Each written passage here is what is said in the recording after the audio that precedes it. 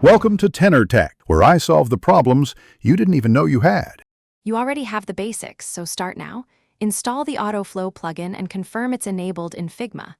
Once done, select the frame or layer you want to link. Use Shift to multi-select. Now run the plugin from right-click Play Plugins, Play Autoflow. You'll see connector style options. Pick one.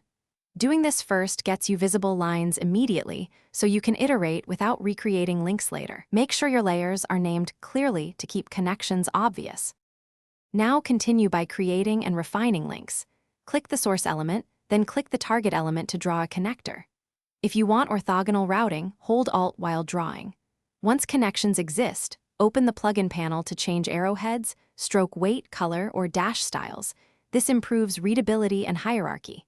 You can also snap connectors to frame edges, drag handles to adjust curves, or switch to straight lines for denser diagrams. Make incremental changes so your flow stays organized and consistent. Finish by grouping related connectors and locking layers to prevent accidental edits. Once satisfied, export frames or copy vectors. Export to PDF or SVG if you need to preserve connector shapes. If something goes wrong, first check layer visibility and that connectors aren't behind clipped masks. Make sure Autoflow has plugin permissions enabled.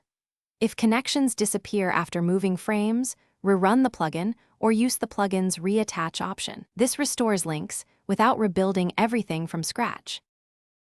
Thanks for watching. Subscribe to keep your life in tune.